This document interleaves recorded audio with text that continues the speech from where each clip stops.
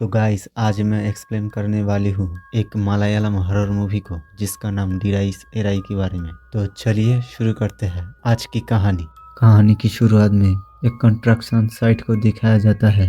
यह एक आदमी को दिखाया जाता है जिसका नाम मधुसूदन पुट्टी होती है, जो एक कंट्रैक्टर है। तभी अचानक एक चाय की कप गिर के टूट जाती है और चाय के बूंदे टप टप टपक रही होती है, मानो कोई खून के बूंदे टपक रहे हो। कुछ मिनटों बाद मधुसूदन के पास एक कॉल आती है। वो जल्दी से घर चले आती है क्योंकि उसकी पड़ोस वाली लड़की कुएं में गिर के अपने जान दे देती है। उसका नाम कनी होती है। मधुसूदन जब घर आती है तो देखते हैं कुछ पुलिस आई है। बहुत सारे लोग भी उस जगह पे थी। कुछ पुलिस वाले कनी को बाहर निकल रहे थे। जब कनी के लाश को बाहर निकाला गया तो उसकी आंख बदल चुकी थी, मानो कोई आत्मा अपने वश में किया हो। मधुसूदन सब देख रहे थे। कनी के माँ बाप भी रो रहे थे। सीन चेंज होती है। इधर एक लड़के को दिखाया जाता है जिसका नाम रोहन होती है। वो एक आमिर बाप के बेटे थे जो अमेरिका में रहने वाली थी। काम के सिलसिले में इंडिया में आई थी। वो अपने आलिशान केरला वाले बंगले पे पार्टी कर रही थी। यहाँ पे एक लड़की के साथ वो इंटीमेट हो रहे थे। वो थोड़ा प्लेबॉय टाइप की था। इस पार्टी में रोहन के कुछ दोस्त आई थी। इसमें एक रोहन के दोस्त कहती है कॉलेज में उसकी एक फ्रेंड थी जिसका नाम कनी है, वो सुबह सुसाइड कर ली है। रोहन ये बात सुनकर थोड़ा सैड हो जाती है क्योंकि कनी कुछ महीनों पहले उसकी गर्लफ्रेंड हुआ करती थी, लेकिन रोहन अपने तरफ से उसको ब्रेकअप कर ली थी। इस वजह से वो थोड़ा सैड होती है। खैर अगले सुबह रोहन सोकर उठता है और फोन में कनी के कुछ तस्वीरें भी देखते हैं। कनी कुछ मैसेज भी की थी लेकिन रोहन उसको मैसेज की रिप्लाई भी नहीं दी थी। रोहन डिसाइड करती है कनी की घर में जाएगी। रोहन और उसकी दोस्त कनी की घर में जाती है। यहाँ पे मधुसूदन से मिलता है और बात होती है। कनी उसकी कॉलेज की फ्रेंड था। मधुसूदन दोनों को लेकर कनी की घर में जाती है। कनी के परिवार से मिलती है और बात होती है हम लोग कनी की कॉलेज की फ्रेंड है। रोहन उनसे पूछती है किरण कहाँ है। किरण दरअसल कनी की भाई है। वो लोग कहती है वो ऊपर है। रोहन तो पहले कनी की घर में जाती है। यहाँ पे 2-3 मिनट घूमता है और एक हेयर क्लिप उठा लेती है जो कनी की थी। उस क्लिप को रख लेती है मेमोरी के तौर पे। रोहन छत पर जाती है। यहाँ पे किरण से पूछती है किरण मरने से पहले उसे कुछ बताती है क्या। किरण कहती है नहीं तो। किरण उनसे एक सिगरेट मांगती है। किरण को देखकर लगता नहीं कनी गुजर जाने के बाद भी उसे कुछ फर्क पड़ा है। यार रोहन शाम को घर आने के बाद उस हेयर क्लिप को टेबल के ऊपर रख देती है। वो सोने चले जाती है। कुछ देर बाद उसे महसूस होती है अभी कोई उसकी बालों को टच किया है। वो जल्दी से उठ जाती है। वो देखते है बेड के एक कोने दबी हुई है, मानो कोई उस जगह पे बैठी है। तभी वो नॉर्मल हो जाती है। अचानक पायल की आवाज होती है। रोहन को महसूस होती है कोई उसके आसपास घूम रही है। इमेजिन करो आप घर में अकेले हो और ऐसा हो तो आपको कैसा महसूस होगी। रोहन तो डर के मारे पहले तो दरवाजा बंद करती है और बाहर सोफे में सो जाती है। सुबह जब नींद से उठते हैं तो सोचते हैं कल रात क्या हुआ मेरे साथ। वो सोचते हैं ये कोई सपना तो नहीं है। सपना ही होता तो वो सोफे में क्यों सोता। खैर इस बात को टाल देती है, अपने काम में लग जाती है। रोहन को तो फुटबॉल खेलने की भी बहुत शौक था, इसलिए वो शाम को फुटबॉल खेलने गई। शाम को जब घर आई तो किचन में आइसक्रीम खाने लगा। अचानक उसकी सर पे कोई हाथ रखा। वो डर के मारे उठ गए। वो कुछ समझ पाते इतने में उसकी कॉलर पकड़कर किचन से बाहर लेकर गया। रोहन की गला दबाने लगा। रोहन डर के मारे अपने आप को छुड़ाने लगा। तभी वो आत्मा रोहन के हाथ में काटने लगी।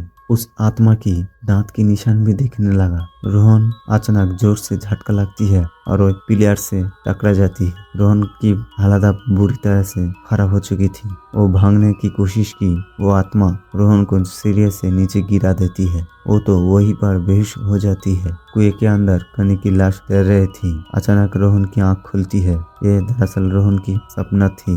रोहन की मेड और गार्ड उसके सामने खड़ा था। रोहन की मेड पूछती है आप नीचे बेहोश पड़ी थी, कल रात आपको क्या हुआ था। रोहन कुछ नहीं कहती है और बाथरूम में चले जाती है। वो अपने फोन में कनी की तस्वीरें देखती है जहाँ पे कनी रोहन के बालों के साथ खेल रही थी। रोहन कहती है, तुमको क्या चाहिए कनी? ये बोलकर रोहन ट्रिमर से अपने बाल को छोटा करके काट देती है। वो पहले कॉल करके मधु को रेस्टोरेंट में बुलाती है। रोहन कनी और उसकी पूरी कहानी को मधु को बताती है कि 6 महीने पहले कॉलेज में एक प्रोग्राम में दोनों मिले थे। रोहन के लिए ये सब नॉर्मल था, लेकिन कनी सीरियस में ले लेती है। कनी रोहन के साथ शादी करने के लिए भी कहती है। रोहन को तो हम जानते हैं कैसा इंसान है। फिर रोहन कनी को इग्नोर करने लगा। कनी की कॉल और मैसेज को रिप्लाई करना बंद कर दिया। अब कनी की आत्मा मुझे परेशान करने लगा। मधु कहती है, तुम मुझसे क्या चाहती हो? रोहन कहती है, आपको मेरी मदद करनी पड़ेगी। मधु कहती है, कनी की आत्मा की अंतिम संस्कार हो जाने के बाद सब ठीक हो जाएगी। रोहन कहती है, आप तो कनी की पड़ोसी है ना, तो जल्दी अंतिम संस्कार करने के लिए बोलिए ना। मधु कहती है, ये सब तो कुछ दिन हुए हैं और 2-3 दिन रुक जाओ, सब ठीक हो जाएगी। इसके बाद रोहन घर जाकर घर के सारे पर्दा खोल देती है, सारे लाइट जला देती है। रोहन जैसे भी करके अपने आप को जगा कर रखती है। आखिर में वो दिन आ ही जाता है। रोहन उस जगह पे खड़ा होकर कनी की अंतिम संस्कार देखते हैं। रोहन चैन की सांस लेती है। घर जाकर वो बेड पे सो जाती है। फिर रोहन अगले दिन पार्टी रखती है। यहाँ पे कनी की भाई को भी बुलाती है। कनी की भाई को इसलिए बुलाई थी उसकी मूड वो ठीक कर सके। किरण को कुछ पैसा भी देना चाहा, तभी किरण भड़क जाती है और कहती है, मुझको देखकर गरीब लगती है क्या? रोहन कहती है, नहीं भाई, ये मतलब था नहीं मेरा। किरण कहती है, कोई मुझे समझने की कोशिश नहीं की। ये कहती है वो रोने लगती है। रोहन उसे समझने की कोशिश करने लगा, तभी कोई भयानक शक्ति किरण को धक्का देकर नीचे गिरा देती है। रोहन उसे बचने की बहुत कोशिश की, लेकिन वो कुछ नहीं कर पाया।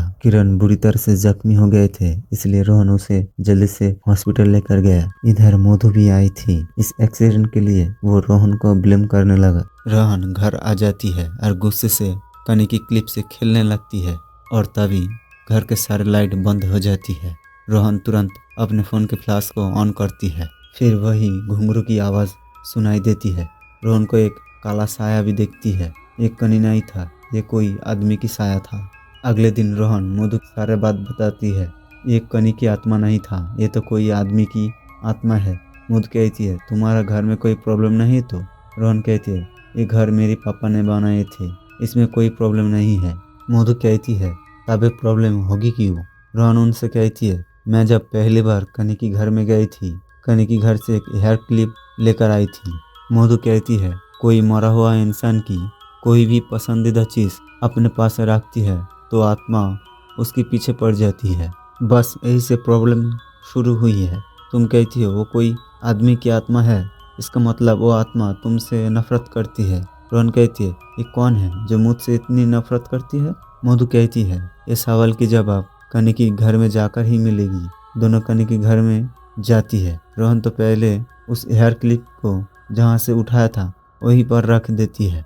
मधु देखते हैं यहीं पर कनी की घुंघरू गायब है। मधु और रोहन कनी की काम वाले बाई से जाकर मिलते हैं, जिसका नाम एलसामा था। मधु उनसे पूछती है, कनी का कोई बॉयफ्रेंड था क्या? एलसामा कहती है, नहीं, वो तो अपने मन में खोए रहते थे। उसकी 2 सहेली थी जो भरतनाट्यम सीखता था। खैर, मधु रोहन से कहती है, तुम अब उस घर पे नहीं रहोगे, कोई और जगह पे जाकर रहो। दोनों घर चले आती है। मधु जब रात में खाना खा रहे थे तभी पैरानॉर्मल एक्टिविटी शुरू हो जाती है। मानो किसी चेयर हिलना, किसी की चलने की आवाज़ होना। मधु तुरंत समझ जाती है वो आत्मा उसके पीछे पड़ी है। वो पूजा वाले घर में जाकर दरवाजा बंद कर देती है और दिया जला देती है। कुछ देर बाद सब नॉर्मल हो जाती है। मधु पहले तो एक नमक के पैकेट को काटकर पूरी घर में फैला देती है और अपने शरीर में लगा लेती है। अगले दिन मधु और रोहन कनी की एक फ्रेंड से मिलती है। कनी के बारे में बात करती है। वो कहती है, कुछ महीने पहले डांस क्लास से जाते हुए बारिश होने लगती है। बारिश से बचने के लिए दोनों एक बिल्डिंग के नीचे रुक जाती है। उस बिल्डिंग के सामने एक फोटो स्टूडियो था जिसमें एक आदमी कनी की तरफ घूर रही थी। उस दिन के बाद वो आदमी कनी को फॉलो करने लगा। तभी मैं पुलिस को इन्फॉर्म करने के लिए कहा, लेकिन कनी पुलिस के लफड़े में नहीं पड़ना चाहती थी। उस आदमी की पता उस स्टूडियो में मिलेगी। रोहन उनसे पूछती है, वो आदमी देखने में कैसा था? वो कहती है, लंबा सा, पतला सा, सर पे थोड़ा सा कम बाल था। रोहन समझ जाती है ये वही आत्मा है। फिर दोनों उस स्टूडियो में जाती है। स्टूडियो की ओनर कहती है, उसका नाम फिलिप्स सेबास्टियन था। पापा की कहने पर मैं उसको काम पे रख लिया। वो हमेशा कुछ ना कुछ डॉक्यूमेंट्स प्रिंट करता था और रेगुलर चर्च में जाता था। काम पे तो ध्यान ही नहीं रहता था, हमेशा गेट के सामने खड़ा रहता था, मानो किसी के लिए इंतजार कर रहे थे। रोहन कहती है, उसकी एड्रेस है आपके पास? वो कहती है, एड्रेस तो नहीं है मगर फ़ोन नंबर है। रोहन को फ़ोन नंबर देती है और एक डॉक्यूमेंट भी देते हैं जो प्रिंट करता था। शॉप के ऑनर कहती है, वो कुछ दिन यहाँ रुका और सऊदी में जॉब लगा उस जगह पे चला गया। खैर दोनों बाहर आकर उस फ़ोन नंबर पे कॉल करती है, लेकिन वो नंबर बंद था। रोहन मधु से कहती है, अब क्या होगा? मधु कहती है, एलसम्मा के बेटे कुछ दिन पहले सऊदी में गई थी, उनसे उस एजेंट की पता चलेगा। दोनों डिसाइड करती है, रोहन जाएगा एलसम्मा के पास और मधु जाएगी चर्च में। रोहन एलसम्मा के पास जाकर पूछते हैं, आपका बेटा सऊदी में गया है, उस एजेंट की नंबर मिलेगी? एलसम्मा कहती है, रुको मैं देखती हूँ। इधर मधु चर्च के फादर को उस डॉक्यूमेंट दिखाती है। फादर उस डॉक्यूमेंट को देखकर कहती है, इसमें डिराइस इराई के बारे में लिखी है। क्रिश्चियन धर्म के अनुसार जब दुनिया का अंत होगा सभी इंसानों को उसकी कर्म के अनुसार फल मिलेगी।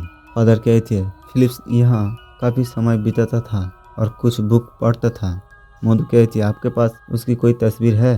फादर उसे एक ग्रुप फोटो दिखाती है जिसमें फिलिप्स खड़ा था। मधु समझ जाती है, ये और कोई नहीं, एलसम्मा का बेटा मनु है। इधर रोहन एलसम्मा के घर में कुछ ट्रॉफी वगैरह देखते हैं, जिसमें एक ट्रॉफी में फिलिप्स की फोटो थी जिसमें लिखा था फिलिप्स सेबास्टियन।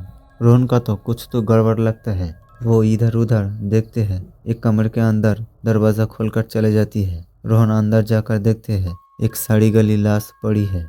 उस लाश की पैरों में घुंघरू बांधी हुई थी। उस कमरे के अंदर भी कनी की फोटो थी। रोहन कुछ समझ पाता, पीछे से एलसम्मा रोहन के सर पे वार करके रोहन को बेहोश कर देती है। इधर मधु रोहन को कॉल करती है सारे बात बताने के लिए, लेकिन वो कॉल रिसीव नहीं करता। एलसम्मा इधर सारे राज खुलती है। फिलिप्स कनी को बहुत प्यार करता था। वो हमेशा कनी को देखा करता था, उसकी फ़ोटो वगैरह देखा करता था। वो कभी भी जाकर कनी का अपने प्यार को इजहार नहीं किया, क्योंकि वो जानता है उसके पास ज़्यादा वक्त नहीं है, उसको कैंसर है। उसके पास जितने भी था वो बस कनी को जी भर के देखा करता था। फिर ऐसा वक्त आया, कैंसर से उसकी जान चली गई। फिलिप्स की मॉम इस मौत को एक्सेप्ट नहीं कर पाया, इसलिए ब्लैक मैजिक की सहारा लिया। फिलिप्स को आत्मा को अपने पास रखने के लिए वो जादू टोना करने लगा। फिलिप्स कनी से बहुत प्यार करता था, इसलिए कनी के घर से उसकी गहना वगैरह, उसकी फ़ोटो चुरा के लेकर फिलिप्स घर में रख देती है। कनी के घुंघरू भी फिलिप्स के पैरों में बांध कर रखती है।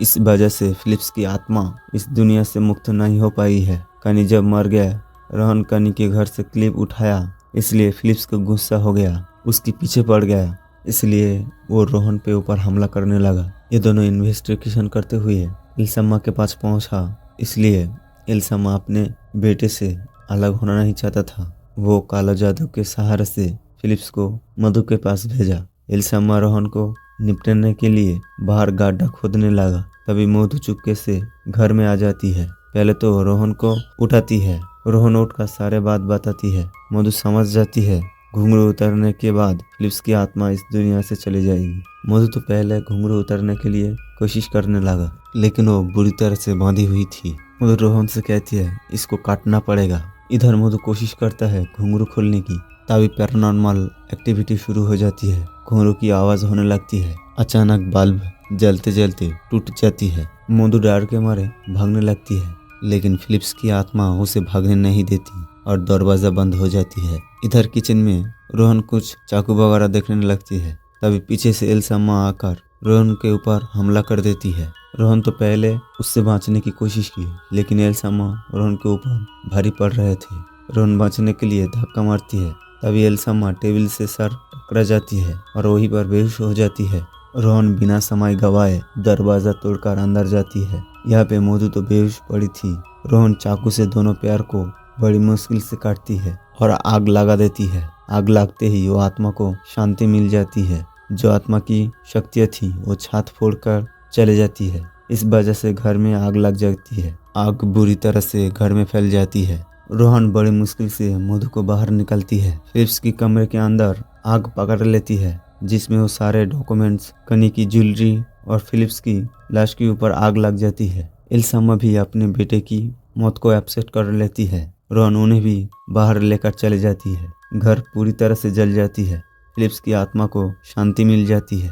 इसके बाद मधु से मिलने भूताकलम के साइकियाट्रिस्ट जॉर्ज मिलने आती है। मधु से कहती है सर आपको मदद चाहिए। उस हॉन्टेड घर की बारे में बताती है। एक माँ और बेटा उस घर में किराए पर दोनों रहती थी, लेकिन भूतिया गतिविधियों से दोनों परेशान होकर चले जाती है। कोई अब उस घर में रहना नहीं चाहता, इसलिए पुट्टी से वो मदद मांगने आई। ये तो था भूताकलम की कनेक्शन। रही बात ब्रह्मयुगम की बारे में, तो मूवी के एक सीन में पुट्टी के घर में एक बूढ़ा आदमी की तस्वीर दिखाया जाता है। ये तस्वीर देखकर लगता है वो बूढ़ा आदमी कडुमन पुट्टी से मिलती जुलती है। हो सकता है मधुसूदन उनकी वंशज हो। खैर रोहन को दिखाया जाता है वो अमेरिका जाने के लिए रेडी हो रहे थे, सामान वगैरह पैक कर रहे थे।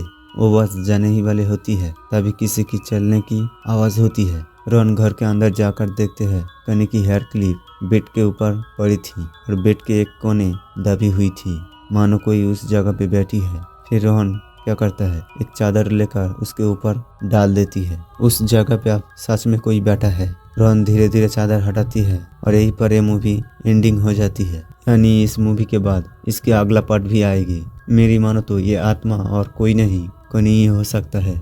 कनी की आत्मा किसी वजह से मुक्त नहीं हो पाई है, किसी वजह से इस दुनिया में कैद हो चुकी है। तो दोस्तों मिलते हैं अगले वीडियो में, तब तक के लिए अपना ध्यान रखना। Thanks for watching.